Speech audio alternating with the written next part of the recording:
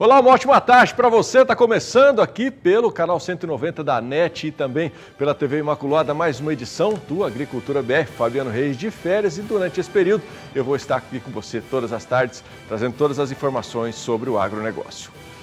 Bom, e no programa de hoje, entre outros assuntos, nós vamos ver que a AproSoja Mato Grosso fez um balanço e aposta em melhores preços para o ano de 2020. E de Brasília, Evair Melo fala das políticas para o setor cafeeiro.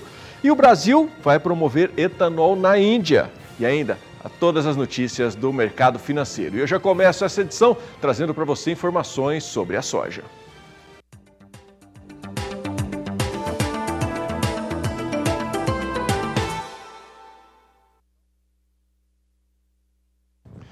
Bom, e eu devo dizer a você que está acompanhando a gente aí também que, se porventura você precisar sair da frente da sua televisão aí, você pode levar a gente também através da internet, tá? Estamos ao vivo na página do Canal do Boi no Facebook e também no portal sba1.com. E por falar em portal sba1.com, lá você fica por dentro de todas as informações relacionadas à programação aqui do Sistema Brasileiro do Agronegócio e também do agronegócio como um todo. E para a gente saber o que é destaque no portal sba1.com, vou levar você comigo para bater um papo com o Douglas Ferreira, que está na redação aqui do Canal do Boi e traz para a gente os destaques do portal sba1.com. Boa tarde, Douglas.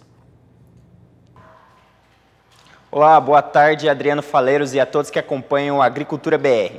O destaque do portal sba1.com de hoje é que, de acordo com o boletim semanal do IMEA da soja, a cultura encerrou o ano de 2019 com bons resultados no Mato Grosso. Em relação à área total, mais de 9 milhões de hectares foram semeados na safra 2018 e 2019, o que representa um aumento de 1,68% em relação à safra 2017 e 2018. Já a produção total foi de 32 milhões e 50 mil toneladas, uma retração de 2,10% em comparação com a safra anterior. Ainda segundo o relatório, o custo de produção da safra 2019-2020 apresentou uma alta de 10,38%. Esse é o maior crescimento da história, Adriano. Essa matéria está completa, vocês podem acessar nosso site, o sba1.com, para poder conferir ela completa. Eu volto com você aí do estúdio, Adriano. Valeu, Douglas. Obrigado pela sua participação. Uma ótima tarde para você. Bom, e no ano de 2019, o setor produtivo de Mato Grosso enfrentou uma sobrecarga de tributação. Vamos acompanhar mais detalhes na reportagem do Valdir Pacheco. O ano de 2019 está se encerrando e foi um ano onde o setor produtivo no estado de Mato Grosso enfrentou muitos problemas. A AproSoja, Associação dos Produtores de Soja e Milho de Mato Grosso, teve vários gargalos impedindo o desenvolvimento da atividade. Quem vai nos falar melhor agora sobre esse decorrer de 2019, os gargalos enfrentados, é Antônio Galvão, presidente da AproSoja MT. E aí, Galvão, quais foram os principais gargalos que impediram esse desenvolvimento durante o ano? Bom, Pacheco, era para ser um ano maravilhoso. Foi aonde chegamos à maior safra da história de Mato Grosso, entre soja e milho, aí batemos um recorde de 65 milhões de toneladas. Mas, infelizmente, os atrapalhos já começou no início de janeiro, quando o governo atual, o qual adentrou nesse ano, já entrou na Assembleia nos tributando mais. Lutamos de toda forma, infelizmente não conseguimos tirar fora esses tributos e vindo também aplicar um FETAB no milho. Mas o que mais deixa o produtor desconfortável é o uso desse recurso, sabendo da grande necessidade que tem o Estado, o tamanho que é o nosso Estado, e aplica nele diretamente só 30% do que é arrecadado desses FETAB, que seria em torno de R$1,5 bilhão nesse ano. Também podíamos desfrutar de preços melhores nas commodities, na venda, como aconteceu em 2018. Infelizmente, não se sabe por quê, porque tivemos vários problemas no mundo novamente, por falta de umidade, ou seja, seca, na Índia, no caso, e nos Estados Unidos, excesso de umidade, e agora, mais no final, a geada tardia, onde veio a matar o produto. Quando o preço começou a melhorar, infelizmente, o produtor já não tinha mais safra para vender.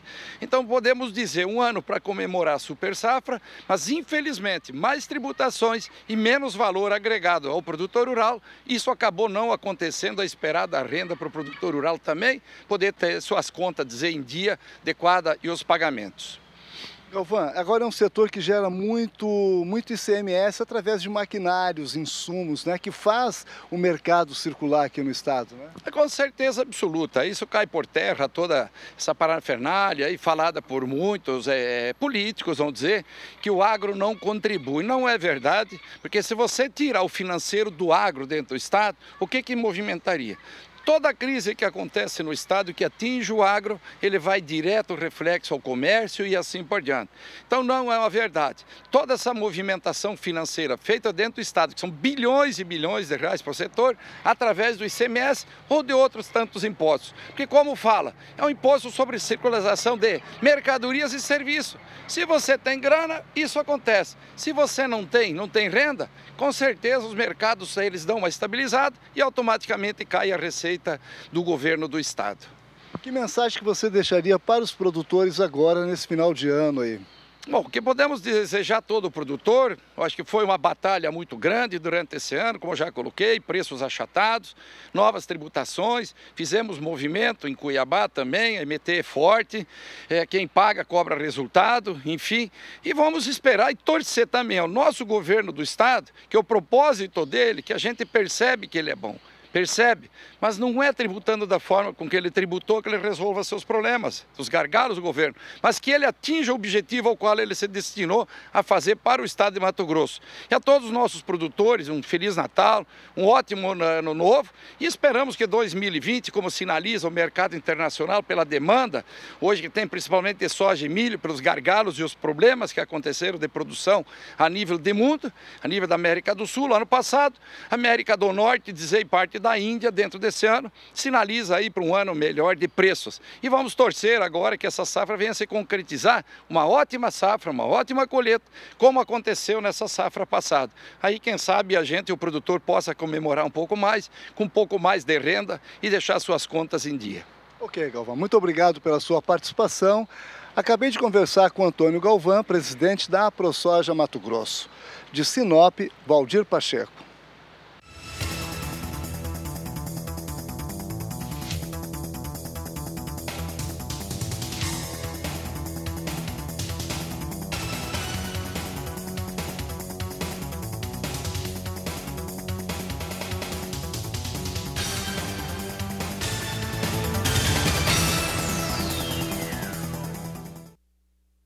Bom, nesse momento, a Bolsa Brasileira de Mercadorias opera em alta, índice Bovespa acima de 113 mil pontos, com mais de 9 bilhões de reais o volume negociado. Vamos até São Paulo? Vamos bater um papo com o Walter Pulga Júnior, lá na Bolsa Brasileira de Mercadorias, que vai trazer mais informações para a gente sobre o mercado financeiro.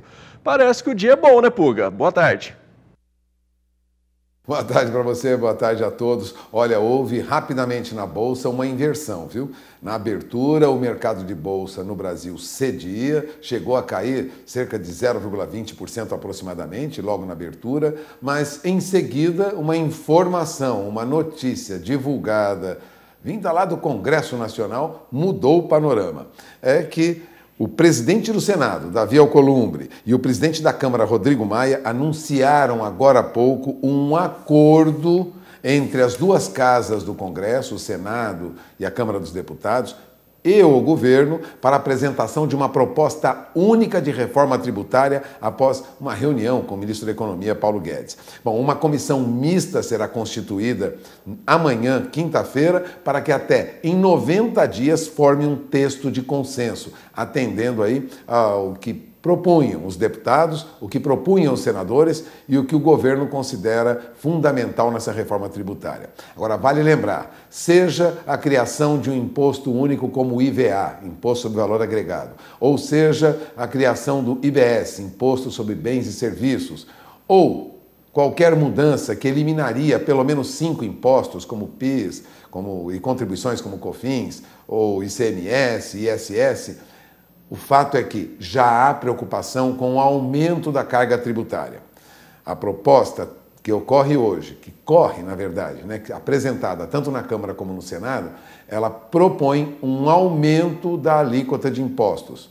Vai aliviar para alguns setores, mas vai aumentar para outros, principalmente para o agronegócio, para o produtor rural. É o que temos hoje. Esta comissão deve chegar a um consenso e isso muda muito o panorama da economia brasileira, porque essa reforma agora será apresentada, é uma reforma de consenso, né? Das propostas dos deputados, dos senadores e também do governo. A princípio teríamos 3 propostas, uma do governo, uma da Câmara dos Deputados, vou repetir, e uma do Senado.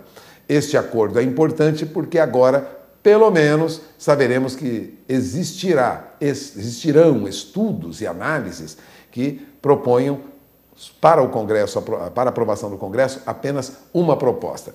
É de se esperar que em 90 dias tenhamos aí um consenso sobre essa reforma tributária. Agora, de olho na informação, porque as alíquotas podem aumentar para alguns setores, e o agronegócio provavelmente terá aumento nas suas alíquotas de imposto, e redução para outros, como, por exemplo, para o mercado financeiro. Afinal, o governo está empurrando todo o agronegócio brasileiro para o mercado financeiro e deve aliviar impostos para o mercado financeiro. É o que constam já das primeiras propostas apresentadas no Congresso Nacional. Enquanto isso, o que ocorre com o mercado de bolsa, você lembrou muito bem. A bolsa começou recuando, mas acabou subindo e agora sobe quase 0,5%. Está na faixa de 113.150 pontos, chegou a 113.165 pontos. Ainda não é o recorde ainda não chegou lá. Nosso recorde é 113.196 pontos. Então veja que estamos caminhando aí para o que o mercado já esperava, uma alta para os papéis negociados em bolsa. Lógico, hoje o Financial Times já alerta que os estrangeiros estão saindo do Brasil e os brasileiros é que estão investindo um pouco mais na bolsa. E nessas correções de valores de papéis, 2 ações são destaques hoje, ações do agronegócio são destaque. Entre as maiores baixas, papéis da Marfrig, que perdiam agora há pouco cerca de 4%. Veja, uma queda acentuada para papéis da Marfrig. Nesse momento, a perda do papel da Marfrig é de 4,21%, é negociado a R$ 10,25, eu tenho aqui na tela. De outro lado, o JBS recupera preço, né? Os papéis do JBS sobem agora 2,12%, operam a R$ 25,52. Eu falo de JBS S3, lidera aqui as maiores altas neste momento na bolsa, os papéis do JBS. Em contrapartida, Marfrig lidera com as maiores baixas. Vou repetir, queda de 4,21% para papéis do Marfrig. E o que acontece no mercado de dólar enquanto isso? Bom, o dólar subia ante o real à espera dessa decisão, dessa reunião dos líderes do Congresso com o ministro da Economia, né? Paulo Guedes, e o que nós temos é dólar de novo em baixa, hein? O dólar já opera na faixa de R$ 4,05, tem uma queda agora de quase 0,44%. Você tem na tela os últimos números, o dólar vem em queda, contrariando aí até a expectativa de que pudesse chegar hoje à faixa de 4,10. São notícias boas que vêm de Brasília, corroboram com o movimento lá fora, e o dólar perde frente ao real. Valorização para o real hoje é o que se espera diante do quadro que nós temos até agora. Essas são as principais informações. Daqui a pouco eu volto, nós vamos falar sobre o mercado de etanol. É com você, Adriano. Valeu, Puga. Obrigado pela primeira participação sua. Daqui a pouco a gente volta a se falar. Vamos falar agora sobre preço de soja. Vamos saber sobre os valores da soja nos portos hoje. Você acompanha comigo aí em casa, no seu televisor. Preço da soja nos portos brasileiros no dia de hoje em reais por saca. Porto de Santos, R$ 89,00. O mesmo valor também está sendo trabalhado no Porto de Paranaguá, segundo a Granos Corretora. Bom, eu vou para o primeiro intervalo comercial desta edição do Agricultura BR. Se você quiser participar comigo, está aí o telefone na sua tela, 996562266, canal direto da sua participação aqui através do WhatsApp. Manda sua mensagem para a gente. Logo depois, no próximo intervalo, nós vamos falar sobre o balanço do milho no estado do Mato Grosso. Eu volto já. Bom, já estou de volta e destaco para você que no ano de 2019 a cultura do milho em Mato Grosso apresentou números recordes para a safra 18-19, que apesar do maior custo produtivo teve uma semeadura adiantada e um regime de chuvas ideal para a safra, o que possibilitou uma produção de 2,36% maior ante o total observado no ano passado. Mesmo com o acréscimo na oferta, a demanda pelo cereal no estado se manteve firme e as cotações do milho no mercado interno dispararam. Esse movimento é reflexo da entrada de novas usinas de etanol à base de milho e da ampliação na capacidade das plantas que já estavam em funcionamento. Outro fator altista para o ano foi o dólar, que alcançou patamares recordes e contribuiu na formação dos preços. Como consequência de preços mais atrativos, a comercialização se encontra adiantada, 7,03 pontos percentuais, alcançando já 98,75% da safra negociada. Nesse sentido, com os mercados interno e externo aquecidos para o cereal e as vendas antecipadas, o cenário para o ano que vem tende a ser com preços firmes e uma menor disponibilidade de milho no estado. Bom, e você acompanha agora a cotação do milho no estado de Mato Grosso.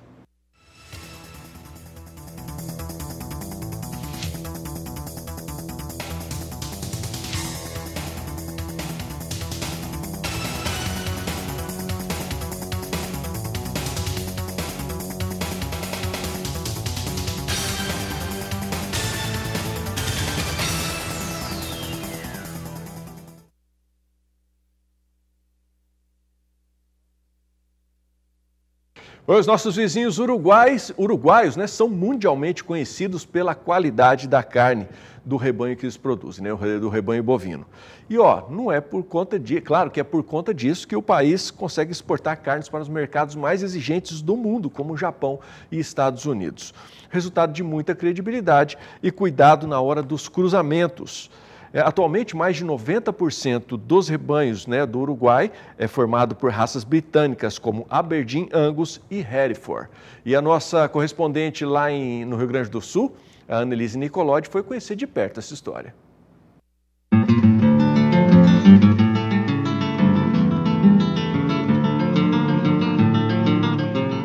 O Uruguai ocupa a 12ª colocação no ranking mundial no número de bovinos. O Brasil tem o 2º maior rebanho do mundo. Mas apesar desses dados, o país vizinho conseguiu ao longo dos anos ocupar lugar de destaque no comércio de carnes.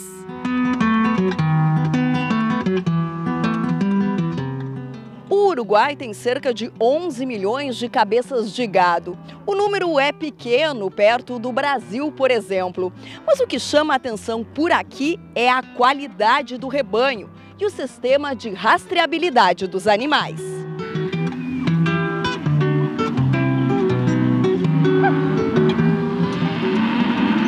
E nos primeiros anos foi feita nos animais que iam para abate e à medida que foi evoluindo nas gerações que iam nascendo, até chegar toda a população bovina rastreada hoje. E então não sai nenhum animal da propriedade sem estar rastreado. Hoje o Ministério da Agricultura não permite tu não permite nem tirar uma nota sem tu realizar a leitura desses animais.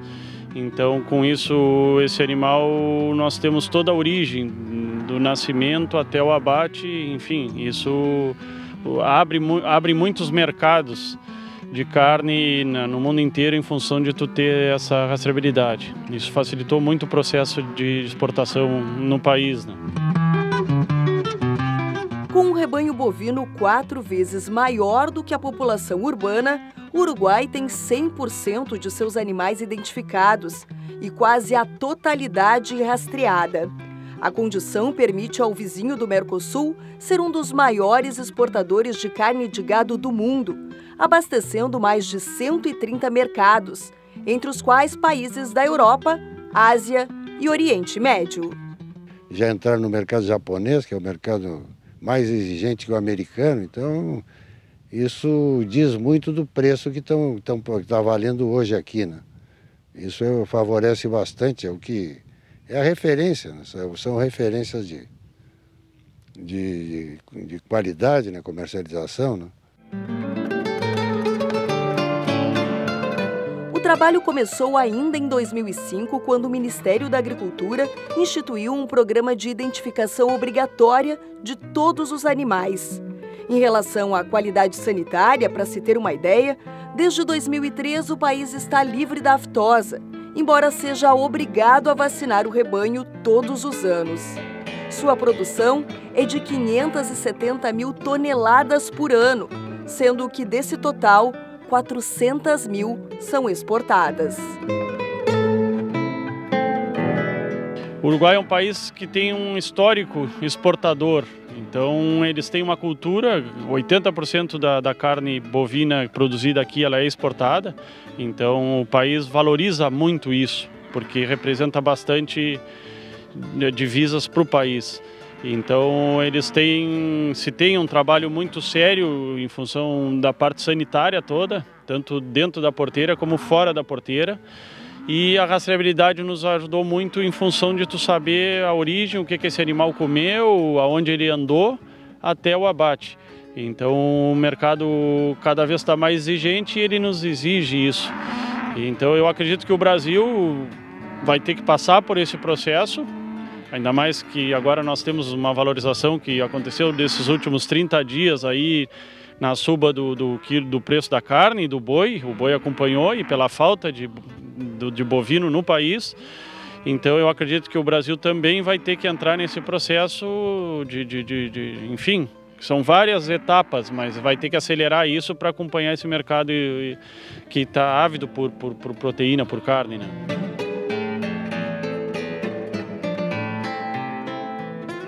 A história de sucesso do Uruguai está embasada no envolvimento dos pecuaristas e o governo, buscando uma produção transparente, com muita qualidade e informações para o consumidor. Como explica Miguel Begocheia, consignatário que faz a intermediação entre o criador e o frigorífico e garante o pagamento pela produção. Es mucho más que un intermediario, es un asesor para el cliente, para el productor. Es también un asesor para el industrial.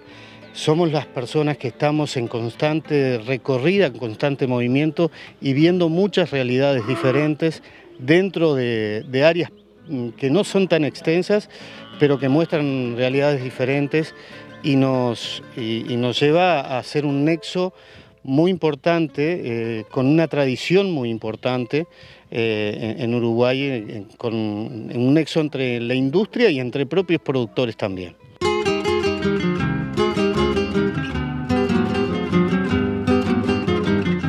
E se tem qualidade e credibilidade, tem preço melhor.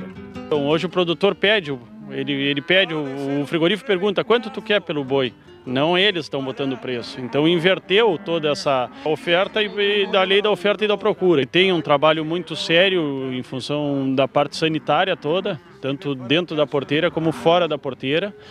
E a rastreabilidade nos ajudou muito em função de tu saber a origem, o que esse animal comeu, aonde ele andou, até o abate. Então o mercado cada vez está mais exigente e ele nos exige isso.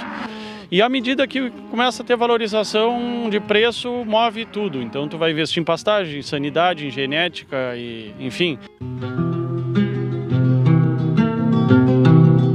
Na próxima reportagem você vai ver como os brasileiros estão se beneficiando desse aumento e até quando a carne deve seguir valorizada mundialmente.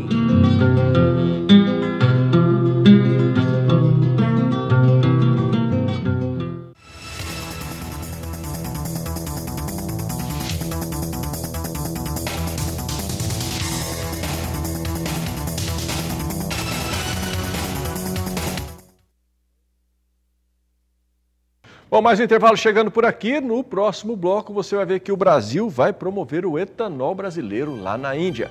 Fique com a gente, eu volto já. Bom, estou de volta e o Brasil quer estimular a Índia a produzir etanol, misturar o produto na gasolina e com isso diminuir a produção maciça de açúcar.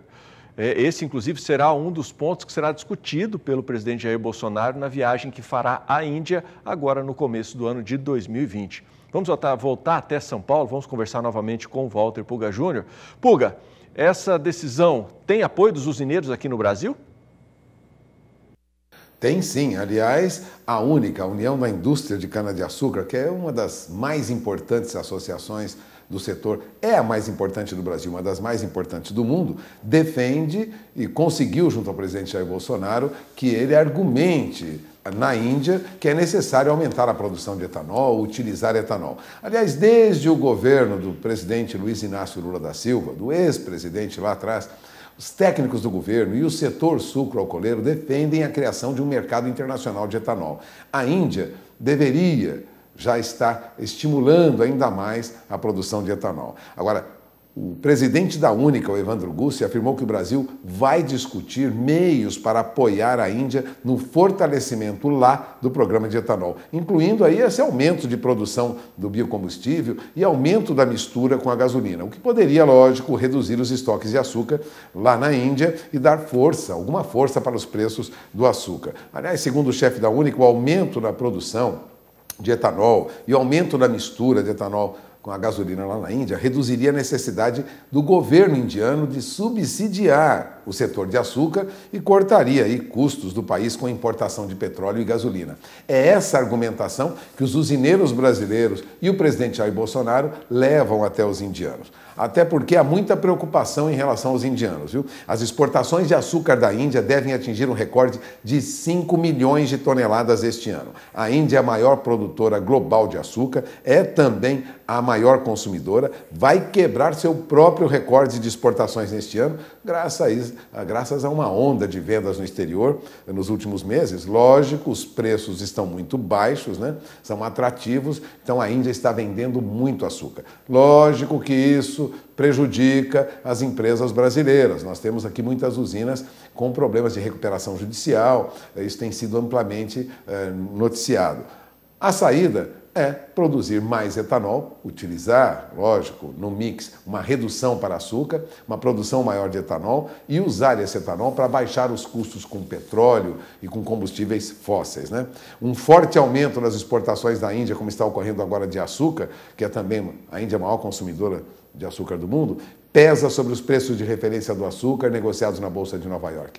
Por isso, redução da venda de açúcar da Índia deve realmente contribuir. Até porque, se ela não fizer uma redução da oferta de açúcar no mercado mundial, vai intensificar aquele debate, aquela denúncia que o Brasil e outros países já apresentaram na OMC contra os subsídios que o governo indiano concede aos produtores de açúcar, né? Portanto, é preciso acomodar essa situação e uma das alternativas é, lógico, a produção de etanol.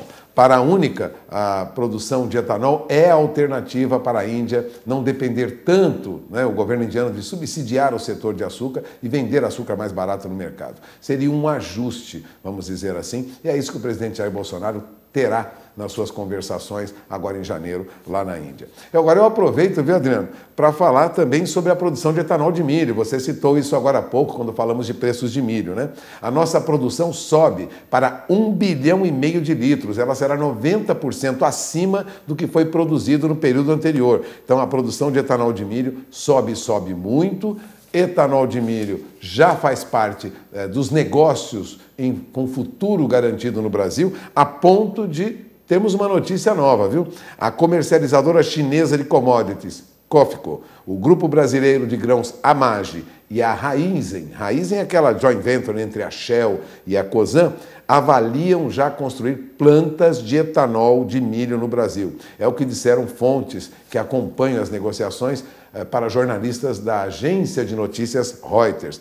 Ou seja, essas fontes garantem que já há um acordo dessas 3 empresas para operar. O impacto no mercado de commodities pode ser abrangente, já que essas novas usinas deverão disputar com o etanol que vem dos Estados Unidos, aquele mercado lá do norte, do nordeste brasileiro, que o governo Jair Bolsonaro liberou a importação. Então, vamos ter aí mudanças no nosso mercado. Além do que, mais um mercado aí, investimento firme para a utilização do milho que é produzido no Mato Grosso.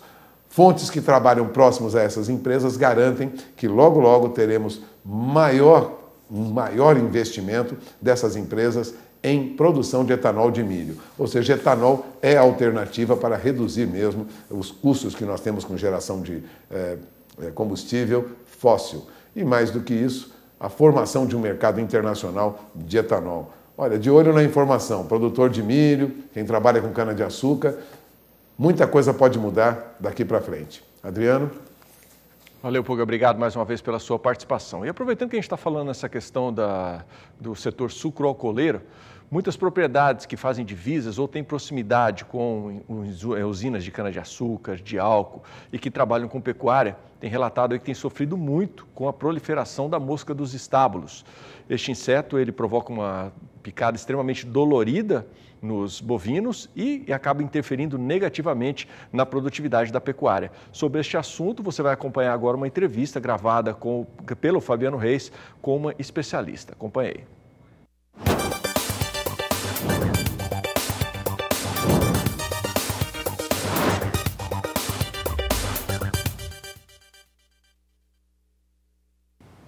A Agricultura BR traz agora em destaque um tema muito importante para a pecuária e também para o setor sucroalcooleiro, a mosca dos estábulos e o seu controle.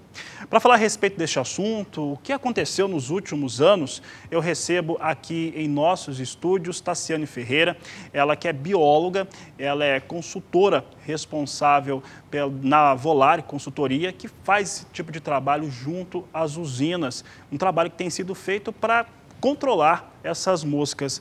Está sendo um prazer recebê-la aqui em nossos estúdios e nós temos um contexto, né, um passado agora recente, os últimos 5 anos, 10 anos, que era uma realidade diferente, né? Tínhamos até alguns conflitos no campo em relação a quem criava e também as usinas. O que aconteceu? Como é que estava essa situação nesse período agora anterior de 5, 10 anos? Boa tarde, seja bem-vinda. Boa tarde, Fabiano. Boa tarde a todos os ouvintes. Surto por mosca dos estábulos ainda é bastante frequente no país e afeta principalmente 5 estados: São Paulo, Mato Grosso do Sul, Goiás e Minas Gerais. No entanto, teve bastante avanço em relação às pesquisas, o que deu mais subsídio em relação ao manejo integrado dessa praga. Para dar uma referência cronológica, em 2013 foi feita uma primeira pesquisa em relação à dinâmica populacional da mosca dos estábulos envolvendo usinas e propriedades pecuárias. Inclusive foi a minha tese de doutorado, desenvolvida junto da Embrapa Gado de Corte, e a partir desse conhecimento em relação ao comportamento biológico da mosca dos estábulos, houve importantes avanços em relação ao manejo integrado. Esses avanços, né, é exatamente onde você atua. Eles aconteceram na área técnica, na área tecnológica. O que trouxe essa possibilidade de se controlar esses surtos, essas aparições da mosca dos estábulos? Esse assunto ele não é só de grande importância para o setor pecuário, que tem sido afetado diretamente, né, em relação aos danos dessa praga, mas também é um assunto de grande importância e preocupação para o setor sucroenergético. Dentro dessa vertente, as usinas passaram a ter uma preocupação em relação a como controlar melhor essa praga nas suas áreas de produção. E passou a tecnificar esse processo também. Então, da mesma forma com que as usinas elas realizam o controle da broca, da cigarrinha, dos fenóforos leves, elas passaram também a ver a importância de se controlar a mosca dos estábulos a partir do manejo. Do manejo em relação aos subprodutos orgânicos que são gerados do processo de produção de açúcar e álcool, envolvendo a vinhaça, envolvendo a palhada, a torta de filtro e também os meios de condução da vinhaça, como os canais abertos, a rede de distribuição da tubulação, os reservatórios de vinhaça, e todos esses pontos eles passaram a ter uma importância em relação ao manejo, em como fazer para controlar nesses pontos onde também a mosca dos estábulos utiliza como foco de reprodução. Então o aspecto principal de controle hoje é técnico, tá certo? É técnico, envolve o manejo e é muito importante que cada usina entenda que tem que ser específico para cada caso, né? Cada usina demanda uma logística operacional diferenciada e o que tem dado todo o respaldo em relação a esse manejo preventivo dos subprodutos orgânicos é também um monitoramento populacional dessa praga. Uma vez que você domina, conhece onde está a praga, automaticamente você direciona o controle e ele acontece de forma mais eficiente. E além disso, nós também temos utilizado de outras tecnologias, como o uso de drones, para utilizar numa condição de diagnóstico e avaliação qualitativa do manejo que está sendo desenvolvido na usina. E além de todo esse trabalho, que é muito importante ser desenvolvido durante não só a safra da cana-de-açúcar, mas também a entre-safra, é a parceria junto ao pecuarista, onde ele também tem que desempenhar um manejo sanitário, principalmente relacionado à higienização das instalações pecuárias, não só para eliminar também o foco de produção da mosca na propriedade pecuária, mas também ele acaba tendo outros benefícios, além do controle da mosca dos estábulos, que é controlar outras pragas, como a mosca doméstica, a mosca dos chifres, entre outros parasitas. Tassiane, foi muito bem lembrado, né, que eu lembro de alguns pesquisadores da Embrapa, acho que foi até o ano que eu conheci você, diziam o seguinte, que o pecuarista tem que primeiro cuidar de dentro de casa, né, tem focos dentro da propriedade, falando especificamente da propriedade pecuária. Mas um aspecto interessante é que as usinas começaram a demandar muito mais esse tipo de atividade para controle. Eu lembro que na semana passada, quando eu falei com você, você estava no interior de São Paulo, depois iria para um outro evento no qual você seria palestrante para depois voltar aqui para Campo Grande. As usinas começaram a ter essa percepção de uma maneira muito mais intensa. Sim, hoje eu enxergo muito bem que muitas usinas havia dificuldade de controlar por não ter o conhecimento técnico, não no caso de falta de vontade de querer resolver o problema necessariamente, mas em relação a não deter desse conhecimento. E hoje, especialistas no assunto, assim como eu e outros colegas, nós estamos dando esse suporte técnico para as usinas para delegar realmente o que é importante ser feito na realidade de cada uma delas. Infelizmente, não é uma receita, né, fácil de ser seguida, não é fácil de ser controlada essa praga nas áreas da usina, devido até à dimensão e à dinâmica do sistema de produção, mas esse conhecimento técnico ele começou a ser mais acessível para as usinas. E a gente tem atendido nisso, não só em relação à estruturação de um plano de ação, um manual de boas práticas para cada usina e respaldando em relação a esse monitoramento, que é uma ferramenta muito importante que nós utilizamos junto deles. Esse plano de ação, até para nós encerrarmos a nossa entrevista, esse plano de ação seria um protocolo para que os funcionários tratassem da situação para impedir que tenham as condições ambientais para que se desenvolva a mosca do estábulo e outros tipos de mosca? Exatamente, Fabiano. Dentro da realidade da usina, a gente faz todo um envolvimento com todos os funcionários envolvendo os setores, principalmente o pessoal do campo, onde eles passam a deter da informação necessária para ir eliminando esses focos potenciais para a proliferação da mosca dos estábulos, conforme as coisas vão acontecendo. Então, esse plano de ação, ele envolve esses setores, principalmente relacionado à vinhaça, ao pátio de compostagem, e esses funcionários, no dia a dia deles, vão desempenhando as ações preventivas.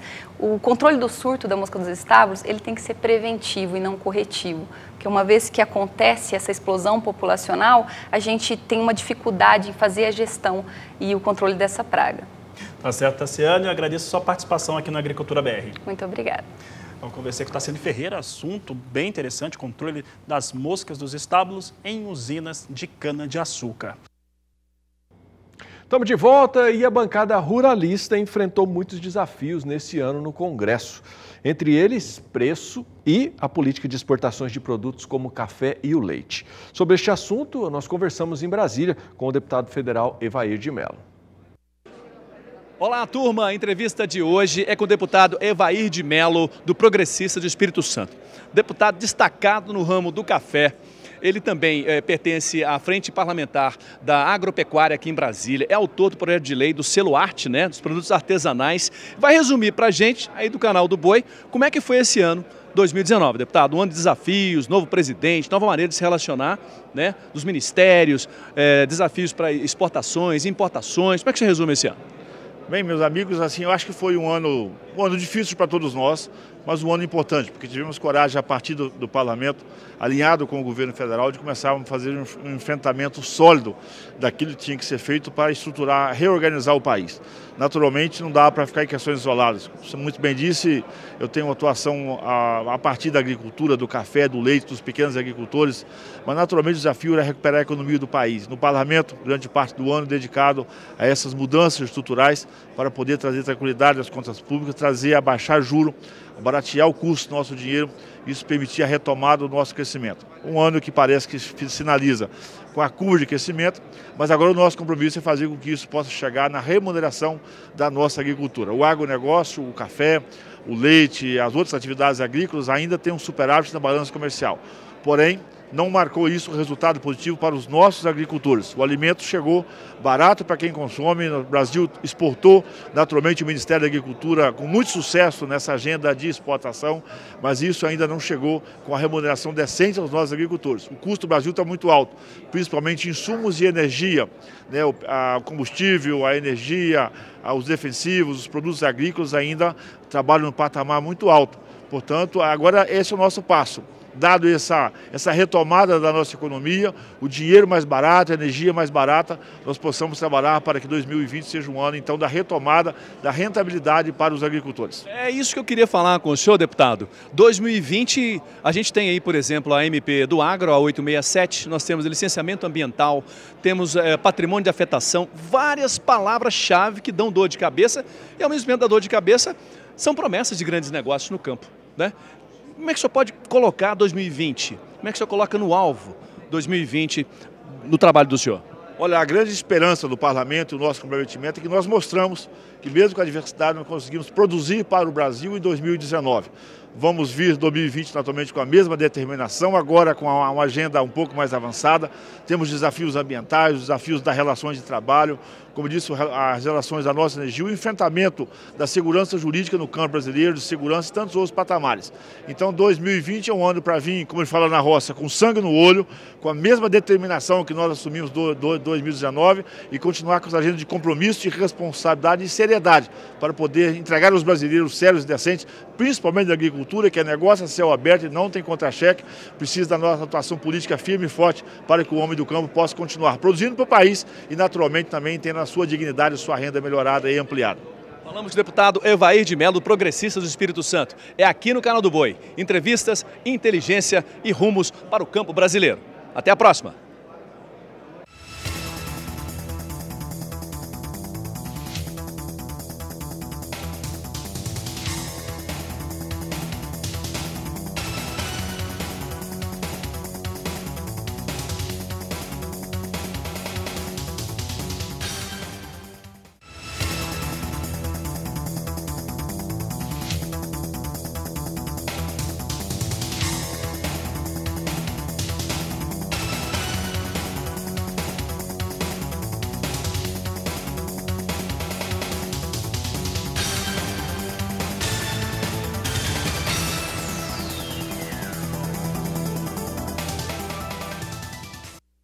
Bom, e a Suzano, fábrica de celulose que está localizada em Três Lagoas, aqui no interior do Mato Grosso do Sul, lançou uma iniciativa inédita, aliás, apresentou, né, essa iniciativa inédita que foi lançada aqui em Mato Grosso do Sul para melhorar os ganhos ambientais e também otimizar a logística de transporte de madeira entre as unidades aí, entre a floresta e a unidade industrial lá em Três Lagoas.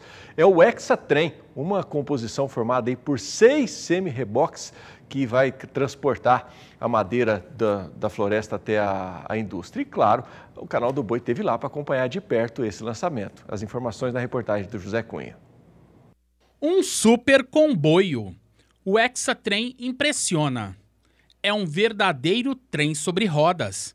Após 7 meses de testes, a empresa, que é a maior do mundo na fabricação de celulose de eucalipto, começa a operar com novos conjuntos, visando soluções tecnológicas e sustentáveis diferenciadas para o transporte de madeiras até a fábrica. Essa é uma maestria porque nós conseguimos praticamente dobrar a capacidade com transportes convencionais. Então a gente retira caminhões de rodovia e coloca ele em off-road, em estradas internas nossas, o que é muito positivo, tanto para o meio ambiente, quanto para o social, quanto econômico. A operação desse caminhão, por exemplo, ele custa 40% mais barato do que uma tarifa convencional. Então, do lado econômico, nós não temos dúvidas em relação a isso. Com relação à parte social, né, nós sabemos aí a dificuldade que nós temos em transitar em algumas rodovias, e isso ajuda para toda a sociedade em ter menos caminhões, no caso aqui foram 35 menos caminhões, tanto na 262 quanto na 158 aqui no IMS. E além disso, a parte ambiental, nós tivemos uma redução de 21,5% na emissão de CO2 quando comparado com o transporte tradicional. Segundo o gerente executivo de operações florestais da companhia, com a entrada em operação dos Hexatrens, cerca de 35 caminhões tritrens deixam de circular diariamente nas rodovias de Mato Grosso do Sul. Nós temos aí ganhos, redução do impacto nas comunidades onde a gente atua. A nossa frota deixa de disputar espaço nas rodovias com os demais usuários, né, das BRs e das rodovias estaduais. Esse caminhão, pelo tamanho que ele tem, ele tem uma performance 30% melhor se comparado a um tritrem. para cada caminhão desse, eu precisaria de 2,3 tritrens para conseguir operar com o mesmo volume de madeira. E para colocar esse novo modal de transporte em funcionamento, a empresa investiu cerca de 22 milhões de reais na compra de cavalos mecânicos, carretas, estruturas de carregamento e manutenção e ainda mais 8 milhões na construção de um túnel para transpor a rodovia MS 158. São 19 composições como esta entrando em operação hoje, cada uma delas com 52 metros de extensão e capacidade para transportar até 200 toneladas de toras de eucaliptos de uma só vez, o que garante um aumento de produtividade de até 53%. E para suportar todo esse peso e conseguir puxar toda essa carga, a empresa precisou dispor de cavalos mecânicos reforçados, mas que ao mesmo tempo sejam fáceis de conduzir. Há mais de 2 anos que a gente vem trabalhando com a Suzano nessa ideia de ter uma solução de um cavalo que tivesse a capacidade de 200 toneladas de poder de tração, né? E a nossa engenharia trabalhou trazendo componentes de vários segmentos onde a gente já tem essa tecnologia de grandes cargas, com grandes capacidades, componentes mais robustos. Por exemplo, a carga indivisível, hoje, né, aqueles caminhões que transportam grandes composições ou grandes componentes para a indústria, com batedores, enfim. A gente tem lá caminhões com capacidades de 220 até 225 toneladas. A gente tem aqui componentes de mineração, onde você tem a questão de ter uma durabilidade de uma suspensão muito mais reforçada devido ao terreno que você vai rodar, um terreno off-road, um terreno fora de estrada. E temos também, obviamente, o caminhão florestal, uma cabine realmente florestal, um caminhão com uma composição onde dê conforto, uma produtividade para o motorista, né? E uma boa operação para que ele consiga operar nesse segmento florestal. A nossa engenharia, então, juntou tudo isso, trazendo o que há de melhor nesses nossos produtos de cada segmento e chegamos, então, ao caminhão Hexatrem. Foram gerados ainda 80 novos postos de trabalho com o novo modal de transporte. Cada caminhão desse aqui, a gente trabalha com 3 motoristas, a gente trabalha com uma grua, que são 4 operadores de grua, a gente tem um caminhão de comboio para abastecimento, que são 2 comboístas, a gente tem uma equipe administrativa de supervisão e técnicos operacionais que ajudam no dia a dia para fazer a operação otimizada, com segurança e para trazer a maior eficiência para essa operação. De Três Lagoas, Mato Grosso do Sul, José Cunha.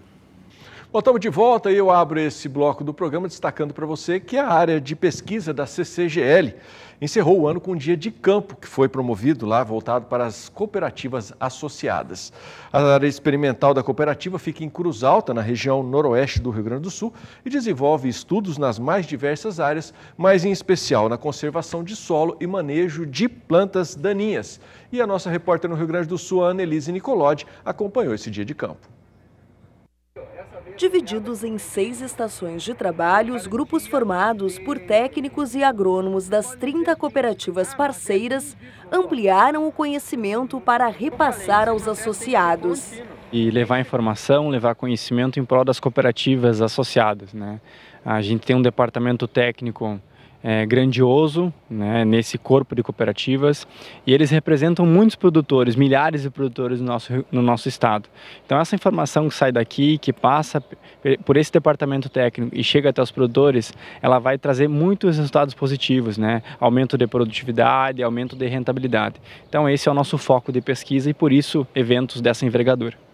Na unidade da cooperativa em Cruz Alta é feita a experimentação, validação, difusão de tecnologias e práticas agrícolas, buscando melhorar a rentabilidade das propriedades rurais de forma sustentável. O trabalho que a gente está apresentando hoje se refere às coberturas de solo, né? As coberturas de solo para o período entre safra de soja, entre a colheita de uma safra e a semeadura da outra safra. Na parte de controle de plantas daninhas, a gente vê as coberturas como uma oportunidade, né, de controle de plantas daninhas. Então nós temos 2 conjuntos de coberturas de solo, aquelas que são as coberturas de verão ainda, como milheto, como milho, como sorgo, capim-sudão, e na sequência as coberturas de inverno, como aveia, centeio ou outro cereal que pode ser usado como cobertura. Então nós temos 2 pontos assim, muito importantes que a gente gera quando se trabalha com esse tipo de cobertura, que são janelas que se abrem, né, para o controle, para a gente poder utilizar de ferramenta, no caso herbicidas, né, para o controle de algumas espécies importantes como buva, soja, azevém, capim amargoso, capim pé de galinha, capim rabo de burro, caruru, né? Então são espécies que podem ocorrer nesse período. Então quando a gente trabalha com milho, com sorgo, com milheto, essas plantas permitem o uso de herbicidas que normalmente a gente não usa na cultura da soja. Um deles é a herbicida à base de atrazina. A atrazina, sabidamente, é um herbicida que controla folhas largas, então nós teríamos um momento, né, de controle importante com um produto que normalmente a gente não usa na soja, o que é importante para a rotação de mecanismos de ação que a gente diz. Então, nesse aspecto, essas coberturas de solo, elas proporcionam, elas permitem o uso desse tipo de produto de uma maneira eficaz, né, de maneira que controle as plantas daninhas. Com o desenvolvimento delas, né, nós vamos ter aí um período de 60 a 90 dias e depois termina o ciclo, ou por uma geada ou pelo controle, né, com o próprio herbicida glifosado. Na sequência, se utiliza então coberturas de inverno, como aveia, por exemplo. E de novo na aveia, semeada no mês de junho, julho, se abre uma outra janela de controle que é no mês de agosto, o controle de novos fluxos, né, principalmente de buva, né? Então esse modelo, ele permite que se chegue na cultura da soja, né, na seguinte cultura da soja, com uma área que, vamos dizer assim, que foi tratada, né, de forma a eliminar ou a reduzir muito o banco de sementes de plantas daninhas, fazendo com que a semeadura da soja possa ser feita imediatamente após a eliminação dessas coberturas. Então, sem os problemas de plantas grandes, de plantas de grande população de plantas daninhas ou plantas de tamanho elevado, fazendo com que a dessecação para a semeadura da soja seguinte seja o mais fácil possível, que aqui o agricultor prefere e gosta, e o que é mais prático também. Então, a eliminação dessa segunda cultura, basicamente com glifosato, talvez com o uso de algum ajuste com algum outro produto, mas é uma forma muito mais simples de eliminar a planta daninha. Então, esse conjunto de duas coberturas de inverno, ele proporciona, além desse controle eficaz de plantas daninhas em dois momentos, em função do uso de produtos diferentes, também um acúmulo de matéria seca, que ele fica em torno de 10 toneladas de matéria seca na superfície do solo, ou da parte aérea. Sem contar a grande contribuição também do sistema radicular, que pode chegar a próximo desse valor também em matéria seca do sistema radicular. Então, é uma forma de proteção de solo, é uma forma eficiente de controle de plantas daninhas e é uma forma também que favorece, facilita ao agricultor a semeadura da soja que vem na sequência desse processo. Então esse é o conjunto de informações e de conhecimento, né, que a gente está passando aqui para aqueles que estão no nosso dia de campo. O objetivo principal é aumentar cada vez mais a rede de suporte aos agricultores, dando viabilidade econômica, seja na produção de grãos ou na pecuária. Para ambas as atividades, o cuidado com o solo faz toda a diferença nos resultados e no futuro da propriedade. Naquela estação ali nós estamos discutindo e apresentando aí para o corpo técnico das cooperativas a importância de compreenderem a dinâmica da água nas coxilhas, nas lavouras, né, nas nossas lavouras. Compreender, entender, né, como que estamos manejando o solo nessas áreas e se precisamos, o que nós temos de gargalo e oportunidades para melhorar esses sistemas, visando uma melhor conservação do solo e da água e tentando o que interessa, né, para o nosso produtor, visando trazer incrementos na produtividade dessas culturas, das culturas principais. Então basicamente a gente traz dados de experimentos da Universidade Federal de Santa Maria, em que é quantificado e é tentado entender práticas de manejo que são executadas nas áreas agrícolas do estado, né? Então é testado todas essas práticas, a gente faz um monitoramento e tenta entender como é que é a dinâmica da água e do solo para tentar entender e trazer as melhores soluções aos produtores. O terceiro Agronome Tour reuniu 220 profissionais. Nós conversamos com o pessoal referente à fitoxicidade dos herbicidas pré-emergentes utilizados na cultura da soja. Muito se ouve falar, muito se relata de problemas que esses herbicidas causam na soja e nós tentamos desmistificar algumas coisas, tentar relacionar se realmente esses efeitos são relacionados aos herbicidas ou tem algum efeito secundário que pode estar interferindo aí também nesses problemas. Então nós apresentamos um trabalho, nós utilizamos 2 herbicidas pré-emergentes que são utilizados na cultura da soja e utilizamos 2 sementes de soja, uma com vigor alto e uma com vigor baixo. Porque nós temos uma desconfiança de que o problema ele não está atrelado ao herbicida, e sim à qualidade de semente. Nós sabemos que uma semente com vigor baixo, ela tende a responder de maneira diferente às adversidades que ela enfrenta, né?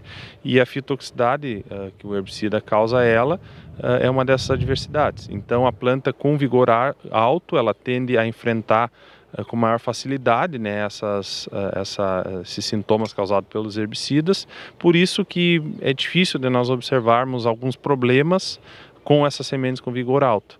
E já as sementes de soja oriundas de sementes salvas pelos produtores que têm qualidade fisiológica baixa como um vigor reduzido, são plantas que têm a capacidade metabólica, a capacidade fisiológica mais limitada e por isso elas apresentam mais os sintomas de fitotoxicidade causados pelos herbicidas, por isso que elas tendem a responder de maneira negativa frente ao efeito causado por esses herbicidas. Então, muito provavelmente que essas plantas... Bom, hora de mais um intervalo comercial por aqui. Logo depois, na volta, você fica aí com as últimas informações desta edição do Agricultura BR. Volto já. A bancada ruralista fez ontem em Brasília um evento para promover aí, para fazer um balanço dos trabalhos que foram realizados no ano de 2019 e convidou 2 ministros que estão diretamente ligados ao setor da produção para participar desse evento. E o nosso repórter em Brasília, o Saulo Lopes, acompanhou. Os 2 chefes das pastas da Agricultura e Meio Ambiente foram principalmente agradecer à bancada de deputados ruralistas da Frente Parlamentar da Agropecuária. É que durante o ano, os quase 300 deputados da frente votaram sempre favoravelmente às medidas construídas por Tereza Cristina e Ricardo Salles. A Frente Parlamentar termina o ano com direito, na última reunião, a ter 2 ministros, talvez ainda chegue aqui o ministro Tarcísio. Isto mostra claramente que nós estamos cada dia mais harmonizando nossa agenda. O pessoal do IPA, da CNA e da FPA estão discutindo o plano estratégico, discutindo isso por sílaba. O que nós faremos, qual é a agenda, para cada setor, como nos comportaremos, isso dá para nós uma capacidade de articulação muito mais efetiva. Então, eu estou muito satisfeito com o que fizemos até agora e, claro, consciente de que muito temos a fazer ainda. O ministro do Meio Ambiente falou das discussões da COP25, agora em Madrid. Muitos tópicos, segundo ele, ainda precisam ser aperfeiçoados. Nós tínhamos a expectativa de que, de fato, houvesse um acordo entre os países acerca da regulamentação do artigo 6º do Acordo de Paris, que é o que dá tangibilidade, dá os instrumentos necessários ao mercado de carbono, quer seja no 6.2, mercado entre governos, e 6.4, mercado privado, créditos, enfim, transacionáveis em nível privado. Infelizmente, não houve acordo. Houve acordo graças a uma visão muito protecionista de fechamento do mercado de potenciais tomadores desse crédito de carbono, e isso prejudica realmente a criação, o estabelecimento desse mecanismo. Agora, daqui para frente, vamos analisar quais são as possibilidades, porque para ter efetivamente a fruição desses créditos, é preciso se estabelecer um mercado mais livre em que se possa, quem tem excesso, quem tem mais práticas, melhores práticas, como é o caso do Brasil, terá excesso de carbono para compensar aqueles que, pela natureza das suas atividades, por características próprias, não conseguem reduzir as emissões, muitas vezes, dos montantes que gostariam. A reunião de 2 ministros da Agricultura e do Meio Ambiente na Frente Parlamentar da Agropecuária, muito além de se tornar um balanço positivo construído com palavras e argumentações, representa também a força da agropecuária brasileira, que este ano enfrentou e superou muitos desafios nas 2 áreas de atuação. O ministro Ricardo esteve na COP, né, defendendo os interesses do Brasil. E do Brasil não quer dizer só o meio ambiente, tem o desenvolvimento também. E a agricultura está nesse bojo aí do desenvolvimento. Então, ele está aqui fazendo um relato do que aconteceu. Os deputados da frente que participaram também, foram outros deputados, mas os deputados da frente parlamentar que participaram lá junto com eles. e eu já tinha marcado aqui a minha vinda para fazer um relato do que desse ano do Ministério da Agricultura, o que é as ações que nós desenvolvemos, enfim, o que é que nós fizemos, e agradecer muito a ajuda da Frente Parlamentar em assuntos que foram muito importantes para o Ministério da Agricultura. Então, o ministro Salles, é claro que tem coisas dentro do meio ambiente que existem discussões, mas eu acho que nós temos que caminhar juntos mesmo pelo desenvolvimento, né? E lembrar sempre que nós temos um Código Florestal, né, votado pelo Congresso, nós temos uma lei importantíssima, uma lei forte, e que nós, produtores, quem é da agricultura, quem é produtor rural, tem que cumprir a lei. E o ministro Ricardo tem que fazer cumprir a lei, mas nada mais do que isso. Todos trabalhando pelo desenvolvimento e trabalhando pelo país, pelo nosso Brasil. A ministra da Agricultura, Tereza Cristina, falou também sobre o orçamento para o ano que vem, para 2020. A expectativa dela é de que pelo menos não falte recursos onde eles são mais necessários.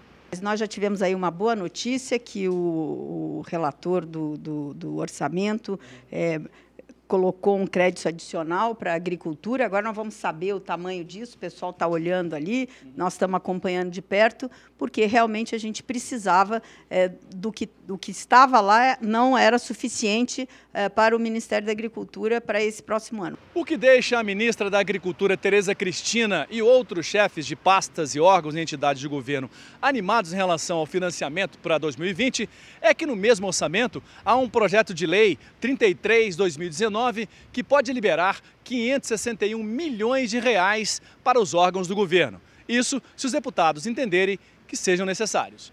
De Brasília, Saulo Lopes. Bom, e com essa participação do Saulo, a gente encerra esta edição do Agricultura BR. Mais informações sobre o agronegócio você pode obter acessando www.sba1.com. Obrigado pela companhia, um ótimo dia para você.